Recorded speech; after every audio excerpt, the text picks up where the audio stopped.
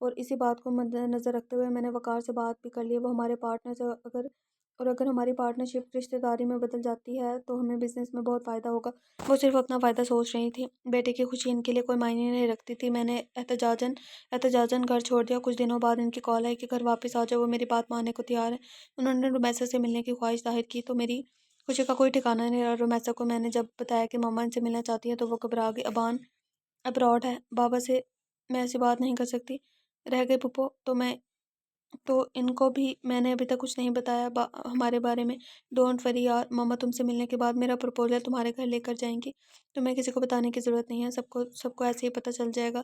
آہد نے اسے تسلی تھی جس پر اسے تھوڑا ڈھانس ملی تھی. وہ بے حد نروس ہو رہی تھی. آہد نے ٹیبل پر رکھے اس کے ہاتھ پہ اپنا ہاتھ رکھا. اسی وقت عالیہ بیگم ان کی طرف آتی نظر آئی. دل کو جیسے ہاتھوں پیروں میں دھڑکنے لگا تھا. رومیسا نے خود کو کمپوز کیا. عالیہ بیگم نے اس کا سارا انٹرویو لے ڈالا اور بے حد متاثر نظر آنے لگی تھی. عالیہ بیگم کے مثبت جواب پر آہد نے بلش کرتی رومیسا کو دیکھا. اس وقت آہد کے سیل پر صالحہ کی کال آئی جس پر آہد بے حد پریشان نظر آنے لگا تھا. مما، صالحہ کی گاڑی کا ایکسیڈنٹ ہو گیا اور جن لوگوں کی گاڑی کے ساتھ وہ ہے وہ پرابلم کریٹ کر رہے ہیں. مجھے جانا ہوگا. وہ کہتے ہوئے رومیسا کی طرف متوجہ ہوئی تھی. آئی ایم سوری رومی. آہد نے معذرت کی تھی. اٹس اوکے آہد، آپ جائیں، میں چلی جاؤں گی. وہ اس کے اور اس سارے وقت میں کوئی بھی عالیہ بیگم کے چہرے پر شیطانی مسکراہٹ نہیں دیکھ سکا تھا. میرے جانے کے بعد ہماری سو کالڈ مام نے اپنا ترتیب دیا اور پلان آگے بڑھایا. رومی کو گھر چھوڑنے کی آفر کی اور وہ سادہ سی لڑکی آہد سے سک اٹھا تھا. گاڑی ایک جھٹکے سے رکی. رومیسا اس جگہ سے انجان تھی. وہاں پہلے سے موجود گاڑی سے دو آدمی نکلے جو شکل سے ہی دیو ہیکل نکلتے لگتے تھے. رومیسا کی ریڑھ کی ہڈی سنسنا اٹھی تھی اور رنگت خطرناک حد تک پیلی پڑ گئی. عالیہ بیگم نے اسے بے دردی سے گاڑی سے کھینچ کر نکالا اور ان درندوں کے حوالے کر دیا. رومیسا نے عالیہ بیگم کے سامنے ہاتھ جوڑے منتیں کی واسطے دیے مگر اس وقت عالیہ بیگم پر جنون سوار تھا. اور پتہ ہے ریمل، ہماری مما کو میری رومی پر ذرا ترس نہیں آیا. صالحہ کہتی تھی ماما نے صرف رومی کو ڈرانے کے لیے ایسا کیا تھا، لیکن انہیں بھی نہیں پتہ تھا کہ وہ جانور اسے تکلیف اس قدر شدید تھی کہ وہ آگے نہیں بول پایا. اور یہ تب کی بات ہے جب ریمل میٹرک کی اسٹوڈنٹ تھی. اسے بس یہ یاد تھا کہ آہد بھائی نے کسی لڑکی کی وجہ سے ماما سے ناراض ہو کر گھر چھوڑا ہے. مگر جب ماما مان کی تو اس لڑکی کے گھر آہد کا پرپوزل لے جانے کے لیے تو پتہ چلا وہ لوگ کہیں اور شفٹ ہو گئے. اس کے بعد آہد کی شادی سارا سے ہوگی. اسے بس اتنا پتہ تھا. آہد کارپٹ پر بیٹھا. ریمل اس کے سامنے گھٹنوں کے بل ایسے بیٹھی تھی جیسے کوئی غریب مسافر اپنا سب کچھ لٹا کر خالی ہاتھ رہ گیا ہو. اس کی آنکھوں سے آنسو کی جھرجھری بہنے لگی تھی. میں نے رومی کو بہت ڈھونڈنے کی کوشش کی مگر مجھے وہ نہ ملی. مجھے تو اس پر بیتے ہوئے ظلم کی خبر تک نہیں تھی. میں تو یہی سمجھتا رہا آج تک کہ رومی میرے ساتھ بے وفائی کی. صالحہ نے خودکشی سے ایک رات پہلے مجھے یہ بتایا کہ اس دن اس نے ماما کے کہنے پہ مجھے اس وقت کال کی تھی جب رومی میرے ساتھ تھی. اور صالحہ کی گاڑی کا ایکسیڈنٹ جن لوگوں کی گاڑی سے ہوا تھا وہ فیک تھے، یعنی ماما کے ہائر کیے ہوئے. صالحہ نے اپنے گناہ کا اعتراف کرتے ہوئے مجھ پر آگاہی کی کہ ایسے دروا کیے کہ مجھے اپنا آپ ایک کیڑے سے بھی زیادہ حقیر اور بدتر لگ رہا تھا. بہت چھوٹا میں نے کہا تھا. محبت روگ ہے جانا. آہد کے کان کے قریب محبت سے مسکراتی آواز سرگوشی کی تھی. آہد کے آنسو جانے اس کے کس کم پہ بہہ رہے تھے. کمرے میں اندھیرا پھیل رہا تھا، بالکل ایسے ہی جیسے ریمل کو اپنی زندگی میں پھیلتا ہوا محسوس ہوا تھا. آہد حسین کے سامنے سے اس کے 5 سالہ پرانے زخموں سے کسی نے کنڈر نوچ ڈالے ہوں. اس نے آج وہی اذیت محسوس کی تھی جب عالیہ بیگم اپنی خود ساختہ نفرت میں اندھی ہو کر اسے ان درندوں کے حوالے کر کے آئی تھی. اس نے کیسے خدا رسول کا واسطہ دیا تھا مگر ان درندوں نے اس پر رحم نہیں کھایا تھا. اس کے نازک وجود کو بھنجوڑ ڈالا تھا. اسے جب ہوش آیا تو اس کا سب کچھ لٹ چکا تھا. اس کی سب سے قیمتی متاع جو ہر لڑکی سیچ کر رکھتی ہے، رفاقت قیام سہ نہ پائے اور ان کو دوسرا ہارٹ اٹیک ہوا. اور تب رومیسا اپنی تکلیف بلائے آئی سی یو کے وارڈ کے ٹھنڈے فرش پر گلبانوں کی باہوں میں تڑپتی اپنے باپ کی زندگی کی بھیک مانگ رہی تھی. رفاقت صاحب ساکت 7 روز زندگی اور موت کی کشمکش میں رہے اور بالآخر زندگی کو شکست دے گئے تھے. ابان عریض جو اسی دن پاکستان پہنچا تھا، مضبوط اعصاب کا مالک ہونے کے باوجود باپ کی ناگہانی موت اور بہن کے ساتھ ہوئے ظلم نے اسے توڑ ڈالا تھا. اور جب رومیسا نے اپنے گم حواسوں کے ساتھ ابان عریض کے سینے سے لگی خود پر بیتنے والی ایک کرب آمیز بات اسے بتائی تو وہ عام حالات میں بھائی سے کہتے ہوئے شرم سے مر جاتی. باپ کی موت کا ذمہ دار خود کو سمجھتے ہوئے اس نے کئی بار خود کو ختم کرنے کی کوشش کی تھی. اور تب ابان عریض نے خود سے عہد کیا تھا کہ وہ عالیہ بیگم کے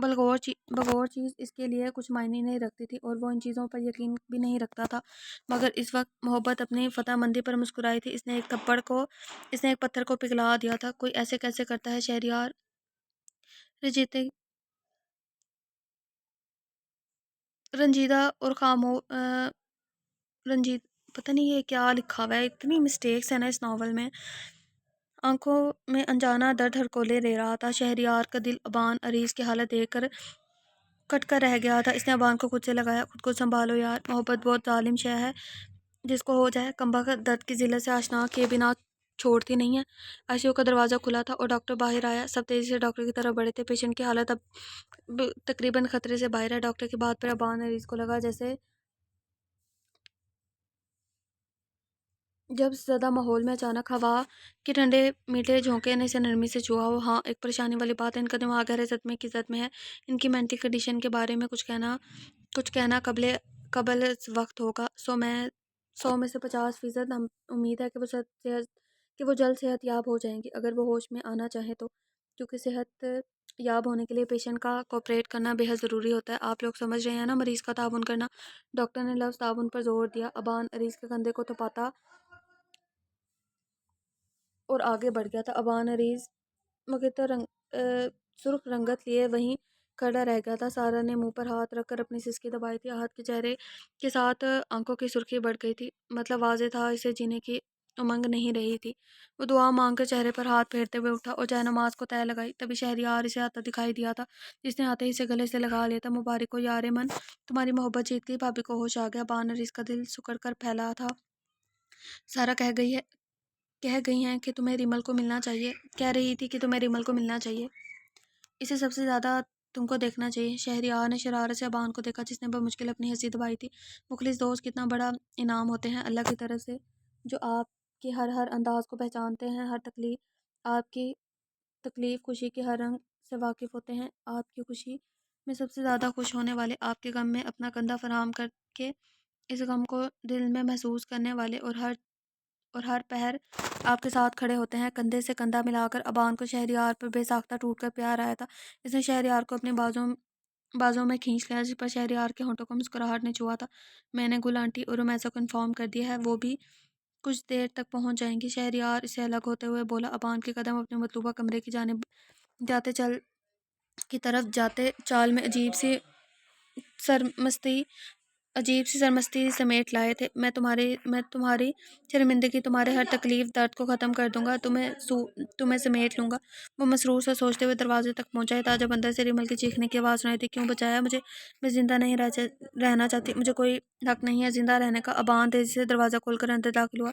ایک نرس اسے قابو کرنے کی کوشش کر رہی تھی، جبکہ دوسرا ڈاکٹر کو بلانے بھاگی تھی۔ ریمل نے جنونی انداز میں اپنے دائیں ہاتھ پر لگی ڈرپ کی سوئی کو کھینچا تھا، جس کی وجہ سے اس کا ہاتھ خون میں رنگا ہوا تھا۔ ابان نے پھرتی سے آگے بڑھ کر بپھری ہوئی ریمل کو اپنے حصار میں لے لیا تھا۔ وہ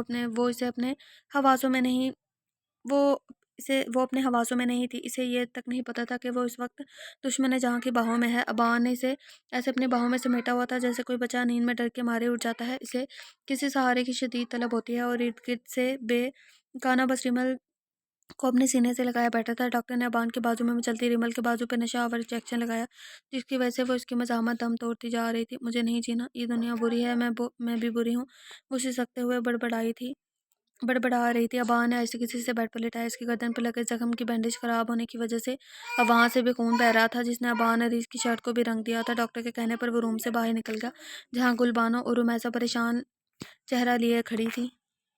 اس کا دل شرمندگی کے گہرے پتال میں ڈوبا ہوا تھا۔ وہ سب اتنے اچھے کیوں تھے؟ اس کا ظرف اسے مار ڈالا تھا۔ گل بانو کا بے تحاشا پیار دینا، رومیسا کا ریمل کا خیال رکھنا، اسے یہ سب بہت عجیب سی تکلیف میں مبتلا کر رہا تھا، مگر وہ سب اسے زندگی کی طرف لانے کی تگ و دو میں مصروف تھے۔ وہ تھی کہ اسے اب جیسے جینے کی چاہ ہی نہیں رہی تھی۔ اس نے رومیسا سے معافی مانگی تھی، جس پر رومیسا نے اعلیٰ ظرفی کا مظاہرہ کرتے ہوئے کہا تھا، اس سب میں تمہارا کوئی قصور نہیں، ریمل جان میں سب بھلا چکی ہوں۔ اور اس بات کا ثبوت اس نے شہریار خلیل کے نکاح کے پیغام کو قبول کرتے ہوئے دیا تھا۔ نفیسہ بیگم بہت نرم دل ملنسار خاتون تھی، اور وہ رومیسا کے بارے میں سب حقیقت سے آگاہ تھی، مگر انہیں اپنے بیٹے کی خوشی عزیز تھی، اور تب ریمل نے سوچا تھا یہ فرق تھا عالیہ بیگم اور نفیسہ آنٹی میں۔ اسے 2 ہفتوں سے زائد کا عرصہ ہو گیا تھا اسلام آباد آئے ہوئے۔ جب ڈاکٹر نے اس کی حالت کے پیش نظر اسے ہر قسم کی ٹینشن سے دور رکھنے کا کہا تھا، تب گل بانو اسے اپنے ساتھ اسلام آباد لے آئی تھی۔ یہاں آ کر وہ حد تک بہل گئی تھی، مگر ابان عریض کا کٹھور پن اسے رلاتا تھا۔ جس نے ایک بار بھی اس کی خیریت دریافت نہیں کی تھی، وہ عمر بھر کیسے ابان عریض کے سامنے سر اٹھا کر جی سکے گی؟ اس کے بغیر جینے کا تصور بھی سہانے روح تھا، اور اس کے ساتھ جینا بھی اسے مشکل لگ رہا تھا، بہت زیادہ مشکل۔ اور جب رومیسا نے بتایا کہ ابان سچل نواز والا کیس جیت گیا ہے، تو اس کے ذکر پر رومیسا کے دل کی شریانوں میں خون کی گردش تیز ہو گئی تھی۔ وہ ستم گر اسے بھولا کب تھا جو وہ یہ کہتی کہ آج زیادہ شدت سے یاد آ رہا ہے، کتنے بہت سارے دن بیت گئے تھے اسے دیکھے ہوئے۔ ریمل کو اپنی پیشانی پر برا بسیرا لمس تازہ ہوتا محسوس ہوا۔ اس کے رونے میں مزید شدت آ گئی۔ وہ اسے کیسے کہتی کہ لوٹ آؤ، تم بن جینا محال ہے، میرا دل مجھ سے خفا ہے، میرا مکین کدھر کھو گیا ہے، آج ہے نا ابان۔ اس کے لبوں کی قید سے ایک آزاد سسکی نکلی تھی۔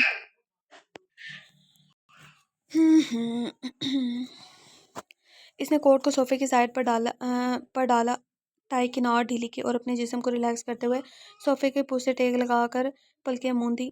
ذہنی اور جسمانی مشقت نے اسے بے تحاشا تھکا دیا تھا۔ آج وہ اپنی زندگی کا بہت بڑا کیس جیتا تھا۔ سچل نواز جیسے درندے صفت شخص کو جیل کی سلاخوں کے پیچھے دیکھنے کے لیے تو اس نے اپنی نیندیں حرام کر رکھی تھی۔ سچل نواز کافی غیر قانونی کاموں میں ملوث تھا، مگر شرافت کا نقاب لگائے ہوئے واجد نواز سچل نواب کا بیٹا، جس نے 6 سالہ بچے کا ریپ کیا تھا، اس بچے کا کیس ابان عریض کے ہاتھ میں تھا۔ وہ بچی غریب خاندان سے تعلق رکھتی تھی۔ ردا کی والدہ نے ابان عریض کے سامنے ہاتھ جوڑ کر معافی کی، انصاف کی اپیل کی تھی، اور ایسا تو کبھی ہوا ہی نہیں تھا کہ ابان عریض کسی کو مشکل میں چھوڑ دے۔ سچل نواز اور واحد نواز نے ابان کو یہ کیس چھوڑنے پر بہت اصرار کیا، اور منہ مانگی قیمت دینے کو بھی تیار تھے، جس پر ابان کا رگوں میں دوڑتا خون جوش مار اٹھا تھا۔ اس نے طے کر لیا تھا کچھ بھی ہو جائے وہ یہ کیس جیتے گا، اور ان دونوں باپ بیٹوں کو بے نقاب کر کے پھانسی کے پھندے تک لے کر جائے گا۔ واحد نواز نے ابان پر قاتلانہ حملہ کیا اور اس قدر بوکھلا گیا کہ گاڑی بے سمت دوڑاتے ہوئے اس کی گاڑی گہری کھائی میں جا گری۔ انسپکٹر ارسلان، جو ابان کا دوست بھی تھا، اس نے سچل نواز کو سنبھلنے کا موقع دیے بغیر ثبوتوں کی موجودگی میں اسے گرفتار کر لیا۔ اسے تمام ٹھکانوں پر چھاپے مارے اور 50 کے قریب 10 سے 20 سالہ لڑکیاں بازیاب کروا لی۔ ان تمام لڑکیوں کا تعلق غریب خاندانوں سے تھا، جو غربت کے اس دور میں اپنے گھر کا چولہا چلانے کے لیے سچل نواز کے جال میں پھنس گئے تھے، جن کو اسمگل کر کے ملک سے باہر بھیجا جانا تھا۔ تمام ڈپارٹمنٹ نے اس بڑی کامیابی کا سہرا ابان عریض کے سر پر سجایا تھا۔ اسی کی بدولت ہی تو وہ سچل نواز جیسے شرافت کا چولا پہنے درندے صفت انسان کو بے نقاب کر پائے تھے۔ صاحب کھانا لگاؤں؟ رشیدہ کی آواز پر اس نے چونک کر آنکھیں کھولی۔ وہ نفی میں سر ہلایا۔ صاحب جی چائے؟ نہیں، میں پہلے فریش ہو لوں، اس کے بعد۔ رومیو اور ریمل کہاں ہیں؟ اس نے غیر دمائنی استفسار کیا۔ استفسار پر رشیدہ نے تعجب سے ابان کی طرف دیکھا۔ صاحب جی، چھوٹی دونوں بیوی تو گل بی بی کے ساتھ اسلام آباد چلی گئی تھی۔ رشیدہ کو اپنے صاحب کی حالت پر ترس آیا تھا۔ صاحب جی، اگر آپ کو ان کی یاد آ رہی ہے تو آپ جا کر انہیں لے آئیں، مجھے بھی ریمل بی بی بہت یاد آتی ہے۔ ابان کے اشارے کرنے پر وہ سر ہلاتی وہاں سے چلی گئی۔ وہ اسے کیسے بتاتا کہ وہ اسے کتنی یاد آتی تھی؟ اس کا سکھ چین بھی اپنے ساتھ لے گئی تھی۔ آخری بار جب اس نے ابان کو دیکھا تھا تب اسے اپنے حواسوں میں نہیں تھی۔ گل بانو اور رومیسا اسے کسی بات تقریباً ڈھیلی ہوئی تھی، اس کی بات تقریباً ڈھیلی ہوئی تھی نا، کہ اس نے کبھی ریمل سے بات کرنے کی ضرورت محسوس نہیں کی تھی، اور نہ ہی ریمل نے کوشش کی تھی۔ وہ اسے سنبھلنے کے لیے وقت دینا چاہتا تھا۔ اس کے سیل پر میسیج ٹیون بجی۔ ابان نے میسیج اوپن کیا۔ چلو بس اب مان جاؤ نا۔ نہیں آتا مجھے فن کسی کو منانے کا، فقط اتنا کہتی ہوں، چلو بس اب مان جاؤ نا۔ تمہارے نزدیک اگر میری ہنسی دلکش ہے تو میں مسکرا کر کہتی ہوں، چلو بس مان جاؤ نا۔ اگر تم دیکھنا چاہو میری آنکھوں میں آنسو تو میں رو کر کہتی ہوں، چلو بس اب مان جاؤ نا۔ سزا دینے سے اگر ہوتی ہے تسلی تمہیں تو لو، میں کان پکڑ کر کہتی ہوں، چلو مان جاؤ، چلو بس اب مان جاؤ نا۔ دیکھو، ایسے کسی سے روٹھنا اچھا نہیں ہوتا۔ ذرا دیر کو میں بھی روٹھ کے کہتی ہوں، چلو بس اب مان جاؤ نا، چلو بس اب مان جاؤ نا۔ گھنی مونچھوں تلے دبے اس کے نابی لب مسرور سے مسکرا اٹھے۔ ریمل کے منانے کا یہ انداز اس کے دل کو چھوا تھا۔ یہاں وہاں کلیاں چٹک گئی تھی۔ تو مسز ابان عریض اپنے حواسوں کی دنیا میں واپس لوٹ آئی ہیں۔ ابان نے بغیر رپلائی دیے سیل کو ایک ہاتھ سے دوسرے ہاتھ میں منتقل کیا۔ کوٹ اٹھا کر کمرے کی طرف بڑھ گیا تھا۔ کروٹ بدلتے ہوئے ریمل کا ہاتھ کسی سخت چیز سے ٹکرایا۔ اسے مندی مندی آنکھیں کھول سے دیکھا تو ابان عریض کو اپنے پہلو میں نیند میں مدہوش دیکھ کر اسے اپنا خواب لگا۔ وہ اس کے بے حد قریب تھا۔ ریمل نے ہاتھ بڑھا کر اس کی موجودگی کو محسوس کرنا چاہا۔ ابان کی داڑھی کے چبھنے پر ریمل کا دل دھک سے رہ گیا تھا۔ وہ گمان نہیں یقین تھا۔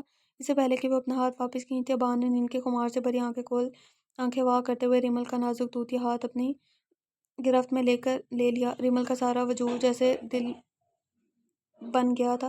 چہرے پر رنگوں کی دھنک بکھر گئی تھی۔ دھڑکن نے تو جیسے ریس باندھ لی ہو۔ ریمل کوہنی کے بل اٹھی تھی جبکہ ابان سیدھا لیٹا ہوا تھا۔ ابان کے ہاتھ پکڑنے پر ریمل اس کی جانب جھک گئی تھی۔ ریمل کے بدن سے اٹھتی پرفیوم اور شیمپو کی مسکور کن مہک نے لمحوں میں ابان کو اپنے حصار میں جکڑ لیا تھا۔ اس کے دیکھنے پر ریمل کی لامنی پلکیں لرز کر شفیق گالوں پر جھک گئی تھیں۔ ابان عریض مبہوت سا اسے یکٹک دیکھ رہا تھا۔ ابان کے سیل فون بجنے پر ماحول کا فضول ٹوٹا۔ اس کا ہاتھ چھوڑتا وہ مکمل فون کی طرف متوجہ ہوا تھا۔ رات 12 بجے ہی پہنچا ہوں اسلام آباد۔ سوری یار، انفارم کرنا بھول گیا ہوں تمہیں۔ اتنی صبح کون خوش اخلاقی سے بات کر سکتا ہے؟ مجھے ذرا بھی اندازہ ہوتا تو میں تم سے پوچھ لیتا۔ اسے مکمل نظر انداز کرتا محو گفتگو تھا۔ ریمل کا دل دکھ سے بھر گیا۔ بھلا اس سے زیادہ اس کی ذات کی اور توہین باقی نہیں تھی۔ ابان عریض نے اس کے میسج کا رپلائی تک دینا گوارا نہیں کیا تھا۔ اس نے اپنا دوپٹہ کھینچا جو تقریباً ابان عریض کے کندھے کے نیچے دبا ہوا تھا۔ دوپٹے کو اپنے سینے پر پھیلاتی وہ آہستگی سے بیڈ چھوڑتی واش روم میں گھسی گئی۔ ابان کی نظروں نے دروازے تک اس کا تعاقب کیا تھا۔ وہ پہلے کی نسبت بہت کمزور لگ رہی تھی۔ کہاں وہ عالیہ بیگم کا کھلتا ہوا گلاب تھی اور کہاں ابان عریض کی مرجھائی کلی۔ ابان کا دل زباریہ سے بات کرتے ہوئے چاٹ ہونے لگا تھا۔ اس نے سیل فون آف کرتے ہوئے سائڈ ٹیبل پر ڈالا اور رمیسا کی باتیں یاد کرنے لگا جو اس نے فون پر اسے ڈانٹتے ہوئے کی تھی۔ جب دونوں ایک دوسرے کے بغیر نہیں رہ سکتے تو جھوٹیاں نہ کے دکھاوے کا کیا مقصد؟ ایک ستم وقت نے اس پر کیا اور دوسرا تم کر رہے ہو۔ اسے اکیلا چھوڑ کر اس سے پہلے کہ تمہارا دامن پچھتاووں سے بھر جائے واپس آ جاؤ۔ رمیسا نے سچ کہا تھا۔ اس کی حالت دیکھ کر ابان کو خود پہ بے تحاشا غصہ آیا تھا۔ اتنی اچانک جانے کا پلان بنا لیا۔ ابان اس حصار پر زباریہ نے بمشکل خود کو رونے سے باز رکھا تھا، ورنہ ابان عریض کی آواز سن کر اس کا دل پھوٹ پھوٹ کر رونے کو چاہا تھا۔ تم ملو گی بھی نہیں پھپھو اور رومی سے؟ نہیں ابان عریض، ان سب سے ملنے کا مطلب ہے تم سے ملنا، اور اگر میں نے جاتے ہوئے تمہیں دیکھ لیا تو مجھے اکیلے جینا مشکل ہو جائے گا۔ زباریہ بختیار نے کرب سے سوچا تھا، زندگی رہی تو پھر ابھی میری آدھے گھنٹے کے بعد فلائٹ ہے۔ اس نے کتنی مشکل سے اپنا لہجہ متوازن رکھا تھا۔ ابان عریض کے بغیر اس ملک کی فضا میں سانس لینا اب زباریہ بختیار کے بس میں نہیں تھا۔ ابان عریض اس سے ناراض ہو گیا تھا۔ رمیسا اور گل آنٹی کے خفا ہونے کا اندیشہ بھی تھا، مگر اس نے سوچا تھا وہ انہیں بھی منا لے گی۔ اس کا یہاں سے جانا ضروری تھا کیونکہ یک طرفہ محبت کا بوجھ اس کے دل کا روگ بن گیا تھا جو اسے عمر بھر اکیلے سہنا تھا۔ ابان عریض، زباریہ بختیار نے کبھی نہیں سوچا تھا کہ تم بن کبھی جیے گی، مگر دیکھو وقت کی ستم ظریفی، مجھے تم بن جینا ہے، صرف تمہاری یادوں کے سہارے، ان پلوں کے سہارے جو میں نے تمہارے ساتھ بتائے تھے۔ زباریہ بختیار نے سوچتے ہوئے ایک آخری الوداع نگاہ ایئرپورٹ پر ڈالی اور کرب سے آنکھیں میچی تھی۔ ریمل تمہارا دھیان کدھر ہے؟ وہ اپنی سوچوں میں اتنی گم تھی کہ اسے خبر نہیں ہوئی، چائے ابل ابل کر کیتلی سے باہر گر گئی ہے۔ گلبانو نے تیزی سے آگے بڑھنا بند کیا اور اس کی طرف مڑی تھی۔ تم رو رہی ہو، کیا ہوا؟ ابان نے کچھ کہا۔ انہوں نے ایک سانس میں اتنے سارے سوال داغ دیے۔ اس کی موٹی موٹی کانچ آنکھیں پانیوں سے بھری ہوئی تھی۔ اس نے اس افسار پر وہ بکھر بکھر گئی تھی۔ کچھ کہتے ہی تو نہیں ہیں پھپھو، وہ سخت خفا ہیں، ان کی یہ بے رخی مجھے مار ڈالے گی، ان کی خاموشی، ان کی چپ میری جان پر بنی ہوئی ہے، ٹھیک ہے نا؟ ماما نے برا کیا، مگر وہ سب انجانے میں ہوا۔ میں نے انہیں منانے کے لیے میسج بھی کیا، لیکن اس دن میں رات تک ان کے جواب کی منتظر رہی۔ انہوں نے مجھے کال تک نہیں کی۔ وہ ان کے سینے سے لگے اتنے دنوں کا غبار نکال رہی تھی۔ میں اتنی بری ہوں کہ وہ مجھ سے بات کرنا بھی پسند نہیں کرتے، میری طرف دیکھتے بھی نہیں ہیں پھپھو۔ اس کی ہچکی بن گئی تھی۔ گلبانو بیگم کا دل اس کی حالت پر کٹ سا گیا تھا۔ ابان، تم نے بچے کا کیا حال کر دیا؟ انہوں نے دکھ سے سوچا۔ انہوں نے بمشکل تمام اسے چپ کروا کر کمرے میں بھیجا۔ اپنے روم میں آتے ہی وہ آئینے کے سامنے آ کھڑی۔ اس کی گلابی آنکھیں رونے کے باعث گلابی پن سمیٹ لائی تھیں۔ جس عمر میں لڑکیاں کہ مشغلے فرینڈس یا پارٹیز اور جسٹ انجوائے مومنٹ ہوتے ہیں، اس عمر میں وہ ابان عریض جیسے کھڑو شخص کی محبت کا روگ دل میں پالے بیٹھی تھی۔ ابان تم ریمل کو چھوڑ کیوں نہیں دیتے، اسی طرح کیوں نہیں دیتے تھے؟ ان کی بات سن کے وہ ہکا بکا ان کا چہرہ دیکھنے لگا۔ یہ کیا کہہ رہی ہیں پھپھو؟ وہ شزد رہ گیا تھا۔ ٹھیک ہی کہہ رہی ہوں، مقصد تو اسے اذیت دینا ہی تھا نا، تو کیوں نہ وہ کیونکہ وہ عالیہ کی بیٹی ہے، طلاق دے دو، قصہ ختم کرو اور خود بھی آزاد ہو جاؤ اس ناگوار بوجھ سے۔ انہیں غصہ آ گیا تھا۔ پھپھو آپ اور رومی ہمیشہ اس کی سائڈ لیتی ہیں، اس نے جو کیا وہ معاف کرنے کے لائق ہے؟ طلاق اس نے مانگی، خود کو ضائع کرنے کی کوشش اس نے کی تھی، اسے بھی غصہ آ گیا تھا۔ وہ نادان تھی ابان، اور پھر جو کچھ اس کی ماں نے کیا وہ کسی بھی ذی ہوش انسان کے لیے قبول کرنا آسان نہیں ہوتا۔ وہ تو پھر نازک احساسات سے گندی لڑکی ہے۔ کیا تمہاری محبت بس سجدوں میں اس کی زندگی مانگتا تھا؟ کیا تمہاری محبت بس سجدوں میں اس کی زندگی مانگنا تھا، اس زندگی میں خوش رکھنا نہیں؟ ان کی بات سن کے اس کے دل کو کچھ ہوا تھا۔ سوری پھپھو، وہ بولا، سوری مجھ سے نہیں، اس سے جا کے کرو، وہ تمہاری بے رخی پر کڑ رہی ہے۔ اس کے کہنے پر وہ اپنے کمرے کی طرف بڑھا۔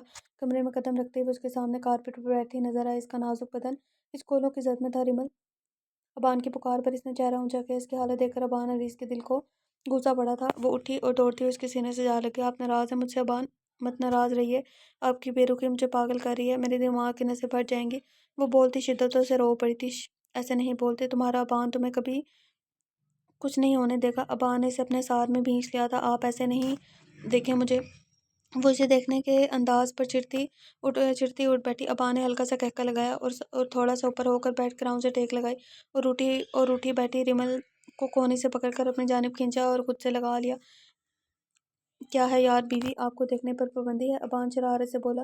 دیکھنے پر پابندی نہیں ہے، مگر مجھے شرم آ رہی ہے۔ وہ سمٹی، پھر کچھ دیر بعد بولی، پتہ ہے ابان، مجھے آپ سے پہلی بار محبت کب ہوئی تھی؟ وہ بہت معصومیت سے بولی۔ اس کے بولنے پر ابان کی گرفت اس کے گرد سخت ہوئی تھی۔ جب آپ کو گولی لگی تھی اور آپ نماز گھر میں ادا کرتے تھے، ایک دن آپ کو اتنی عاجزی اور خضوع سے نماز پڑھتے دیکھا۔ آپ کے چہرے پر نور تھا، بہت انوکھا، اور تب میں نے اپنے دل کی اس بے معنی پر اسے خوب ڈانٹا تھا۔ اپنی بات کو اس نے خود ہی انجوائے کیا تھا۔ ابان کے لبوں پر چپکی مسکراہٹ مزید گہری ہوئی۔ ابان کا ایک ہاتھ ریمل کے گرد لپیٹا ہوا تھا، جبکہ دوسرا ہاتھ اس کی گردن کے نشان پر ٹھہر گیا تھا۔ تمہارا یہ زخم ابھی تک ٹھیک نہیں ہوا؟ وہ جھکا تھا اور اس کے زخم پر اپنے لب رکھ گیا تھا۔ ریمل کے چہرے پر کوسوں قزح کے رنگ بکھر گئے تھے۔ ابان عریض کے لیے اس کے دنگ رنگ چہرے سے نظر ہٹانے دوبر ہو گیا تھا۔ ابان نے ریمل کو خود میں جذب کر لیا تھا۔ پرسوں تک ہمیں لاہور واپس جانا ہے، بہت سے کام میرے منتظر ہیں۔ کون سے کام؟ اسے بتانے پر ریمل نے استفسار کیا تھا۔ رومیسا کو شہریار کے سنگ رخصت کرنا ہے، احد اور سارہ کی دعوت پر جانا ہے، اور عالیہ آنٹی کو دیکھنے ہاسپٹل جائیں گے۔ وہ اسے اپنے سینے پر سر رکھ کے اس کی شرٹ کے بٹنوں سے کھیل رہی تھی۔ اس کی آخری بات پر بے ساختہ سیدھی ہوئی، اس کی آنکھیں لمحوں میں سمندر بن گئی تھی۔ میں انہیں کبھی معاف نہیں کروں گی ابان، وہ سسک اٹھی۔ انہیں ان کے کیے کی سزا مل چکی ہے ریمل، رومی انہیں معاف کر چکے ہیں، بلکہ میں بھی، اب تم بھی انہیں معاف کر دو۔ ابان نے انتہائی نرمی اور محبت سے اس کے گالوں پر پھسلتے موتی چنے اور اسے اپنے بازوں کے حصار میں لے کر خود میں سمیٹ لیا۔ اب کبھی نہیں رونا ریمل، ابان عریض، کیونکہ تمہارے رونے سے ابان عریض کو بے تحاشا تکلیف ہوتی ہے۔ اس کی سرگوشی پہ ریمل کے چہرے پر آسودگی پھیل گئی۔ پردے سے چھن کر آتی چاندنی نے ان کے ملن پر رقص کیا تھا۔ ختم شد۔ تو آئی ہوپ آپ لوگوں کو ناول اچھا لگا ہوگا۔ یار ناول اچھا تھا، انٹرسٹنگ تھا، تو اپنی رائے کمنٹ سیشن میں ضرور دیجیے گا، اور اگر آپ مجھ سے ناول ریڈ آؤٹ کروانا چاہتے ہیں تو مجھے کمنٹ سیشن میں بتا دیجیے گا، اور نیکسٹ میں آپ لوگوں کے لیے کمپلیٹ ناول ہی لے کر آؤں گی۔ اور اپنا بہت سارا خیال رکھیے گا، مجھے دعا میں یاد رکھیے گا۔ اللہ حافظ۔